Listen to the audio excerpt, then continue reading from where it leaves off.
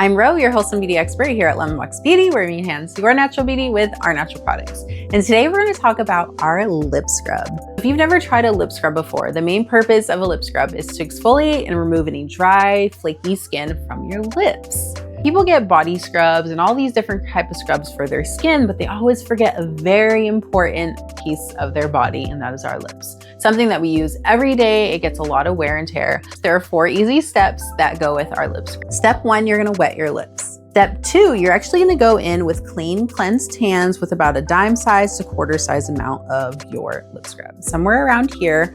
And with this one, you're just gonna go ahead and massage your lips for 1 to 2 minutes to get any of that dry, dirty skin off. And even if it's not visibly flaky skin on your lips, trust me, it is there, and we wanna get rid of that. Step 3, do not eat.